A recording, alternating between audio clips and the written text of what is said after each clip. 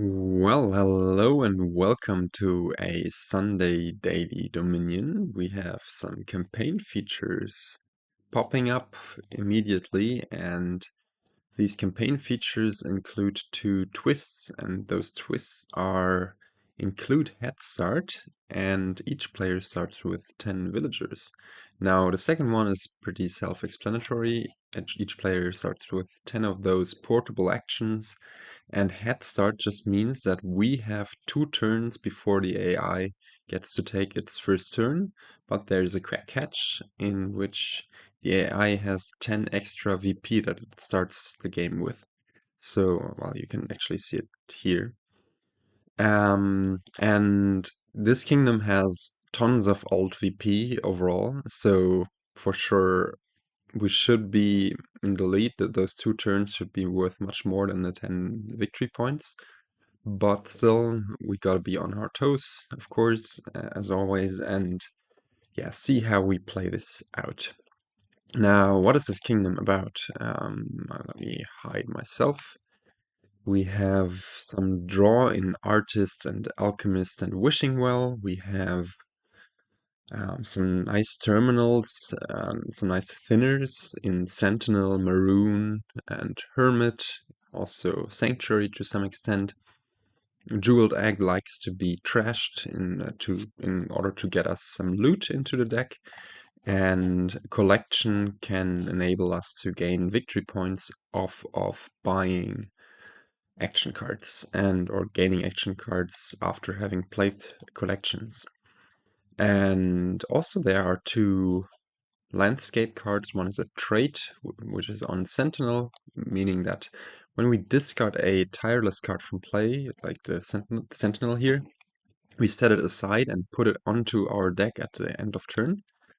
And I don't know, on Sentinel it's not that impressive to be honest, but it means that we are going to see the Sentinel every other turn. Especially early on, this might accelerate trashing, and if we, I don't know, find Sentinel turn 3, then play a Maroon or Wishing Well, whatever, turn 4, we get to play it on turn 3 and turn 4 even, with the top decking. Now there's also Sea Trade, an event that yields +1 card per action card we have in play, then trash up to that many cards from your hand, and this might be nice to supplement trashing and help thin out some extra stuff if we don't manage to thin out properly with all of those amazing thinners. But yeah, I'm not sure how much we're going to go for that. Now, the draw is a bit finicky, to be honest. Like, Alchemist, Artist, Wishing Well aren't the greatest things to draw stuff with, but certainly it's worth to draw here with stuff. Alchemist going out of your way to get a potion and go for the Alchemist. I think it's worth it. Maybe one or two should suffice, and the rest should be handled probably by artists. But to make artists draw lots of cards, you need to have actions in play, which might be the Alchemist, Wishing Well Sanctuary, and the odd, I don't know, Maroon, whatever. Note that those 10 villagers we start with allows us to open in a more aggressive terminal fashion than we would otherwise probably open with. And yeah, I don't know, the goal is to get our hands on some collections, then spam gaining a few wishing wells to catch up in points, and probably by that time the game might be over. I'm not sure whether we're going to go into the screening phase with colonies. Payload, apart from collection, should be jeweled eggs that we trash for loot. Loot are, I forgot to mention this earlier, are those usually 7-cost cards that usually give 3 money, and some give plus buys, some give other nice effects. You cannot steer which ones you get, but they're mostly pretty pleasant. And yeah, I think that wraps up this discussion. I mean, for almost 5 minutes, so let's look at the kingdom plot. Yeah, lots and lots of thinning, some draw, no real village. The only village is the 10 villagers we start out with. Hermit, in exchange for Madman, can also become a village. And yeah, no attack. For head start games, no attack kind of is a bad thing, because if there were an attack, we would get our deck set up much quicker than AI and would be able to start attacking it earlier. No such luck here, but still, I think the 2 turns should be worth more than the 10 VP. Now, opening wise, I think on the 4-3 you have many great options. Maroon Sentinel looks really good. Maroon also, just Maroon Hermit looks really good.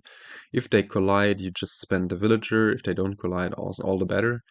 The rationale behind maybe Maroon Hermit would be to play the Hermit on turn 3 or 4, gain a Sentinel off of it, and then exchange it for a Madman. While for Maroon, for Sentinel, of course, you get trashing a bit quicker.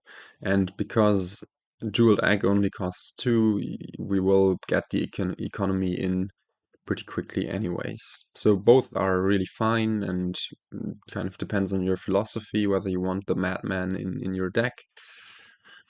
Although, yeah, I don't know, an early Madman is not going to yield all that much, apart from, of course, some cycling and propelling your deck, but so does an early Sentinel. I don't know. And initially I thought the 5-2 would be better here, but to be honest, just Sanctuary Nothing or Sanctuary Jewel Egg is not very impressive. And yeah, opening Maroon even might be the play on the 5-2, and then you're just a bit sad. Now, yeah, I think that wraps up the discussion of this kingdom. I think we're going for the Sentinel stuff and going to skip the Hermit stuff. I can see doing that anyways, but yeah, we have super fast early turns, of course, and we are probably going to trigger, yeah, we are actually guaranteed to trigger this shuffle. And we could already put in a loot, although I don't think that's like we could buy a jeweled egg here and then go for loot, but I don't think we need that yet. So probably this should just be a wishing well. So on when you top deck the Sentinel, we get to draw it again. Now here we have an estate on top, so we probably want to leave that there. Play the Sentinel first, trash 2 estates, and then play the Maroon, draw into that, leaving the Wishing Well on top. And now pick up some payload, I guess. And AI opens Hermit. It's only turn 1, of course, for us. What an amazing turn 1. I'm kidding, but or turn 2 actually. Why didn't the lock scroll? Yeah, AI opens Hermit and probably Maroon, which is really fine. I think we should pick up a potion on this turn. Let's wish for maybe the best card to get would be the Maroon. We don't need more money. We don't want the Jeweled Egg to be in hand. So yeah, let's wish for the Maroon. And trash Jeweled Egg estate here. Loot is also a great target for Maroon to get anyways. And now we pick up a potion, I think. Could also, of course, just C-trade, going for trashing 2 coppers, but then we would get super thin. I think for now, actually, getting super thin might have its merits. And it's not even that super thin, but we would be guaranteed to have the Sextant in hand, be able to buy, I don't know, Jeweled Egg potion next turn. Yeah, then let me make sure that, okay, we have the Maroon really bottom decked and go for this C-trade here. We can still go for the potion later. But yeah, maybe getting thinner is better at this point. And yeah, we can draw into whatever, wish for Maroon, which is not going to be there, and trash 2 coppers, buy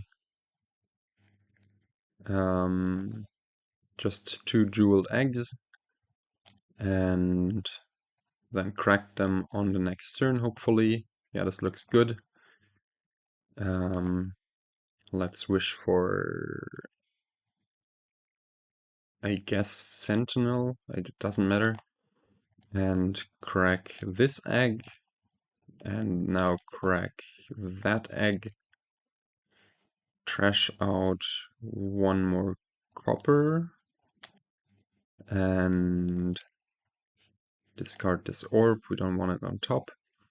Now we probably should start going for collection stuff, or do I...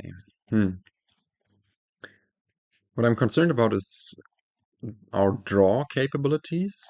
The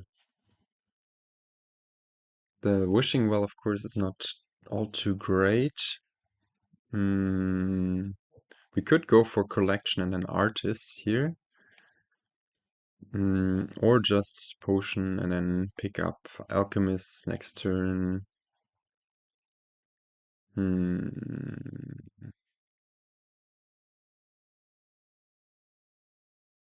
Yeah, let's go for that. And do we want to pick up an artist? If we draw our deck, then we should be able to pay off a lot of stuff. So I think it's good, right? We have we bought the jeweled egg, so if we manage to achieve everything, we will have 9 money. The potion, 12 money. We should, in principle, be able to pay off this and even buy an alchemist with it. So that will be the goal of the next turn. Having this blank artist is not great, but we can just play the maroon first. We should be a bit conservative about the villager situation, but yeah, I think it's fine. If we play the artist now, we might bottom deck the wishing well, in which case we are in for a really bad time. But if we don't bottom deck the wishing well, and it's better to not have played the sentinel, how much do we value this villager? Let's play the sentinel. And okay, we would have properly drawn here, but we couldn't have known, so it was just a safety measure. Get to thin out the last copper, I think, right? Or let's see how much money we have. Yeah, perfect. Get to pick up this alchemist and our buys, I guess. Kind of an underwhelming finish to this turn, but now we should be drawing rather consistently. And now we can go for collections, more jeweled eggs, and probably trash out the sentinel. Oh, I didn't even realize how amazing this endless chalice is for artist purposes. Yeah, we easily get to draw, we easily get to thin out the sentinel, as I said, and go for declining that. Now, here I think we go for collection double jeweled egg. We should play the potion for sure. Just decline that. Just to be able to top deck the alchemist. And go for collection jeweled egg. And well, we aren't going to be able to properly crack them, like crack them and draw for both, but at least for one should be able to. And the artist is top decked, amazing.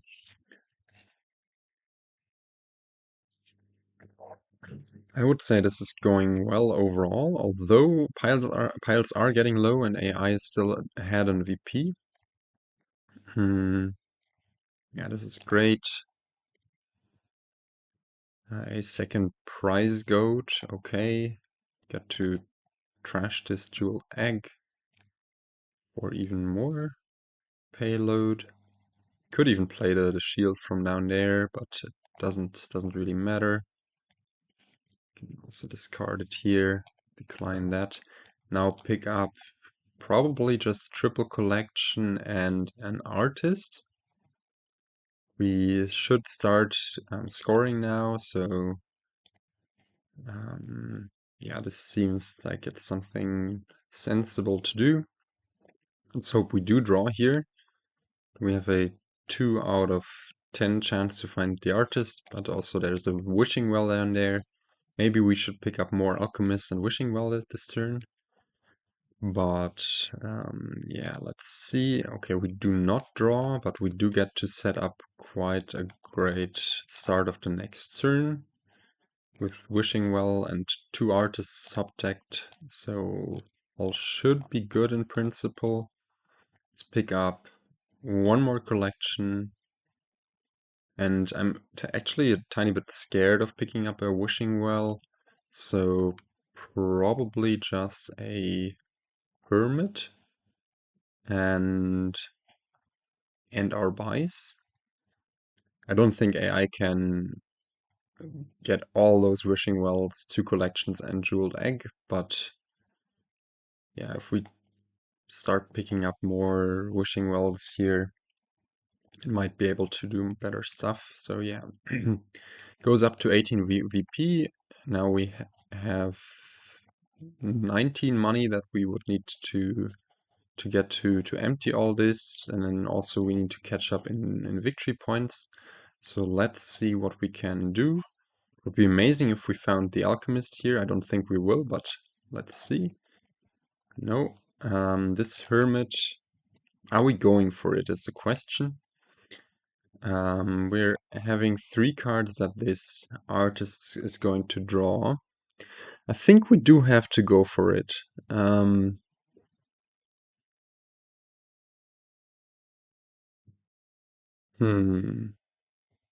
Yeah, I think we do have to go for it. Because if we do not go for it, then AI should easily be able to pile out anyways, and we won't be able to pull ahead in points enough to avoid it. Now here we could discard this wishing well and the maroon in order to play this orb to play the wishing well. The collection is down there. Now play this, draw the collection,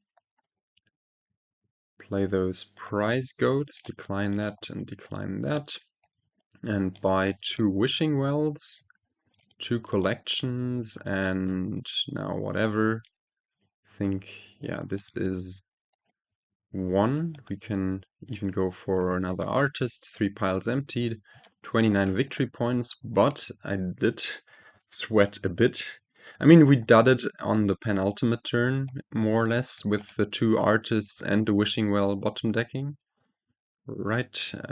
Maybe the wishing well didn't bottom deck, but yeah, you can just build this very, very powerful deck here. The draw is a bit on the awkward side. Maybe we should have added a sanctuary somewhere in between to make the artists draw a bit more, but we had that lucky endless chalice, which really I cannot stress how good it is here. And yeah, it seems to all have worked out. AI has also trashed down well, but just yeah, look at this payload in comparison to our payload. We were just much faster to get those loots in because we had 2 more turns to work with. So yeah, I'm not sure how this would have played out had the AI not had the head start.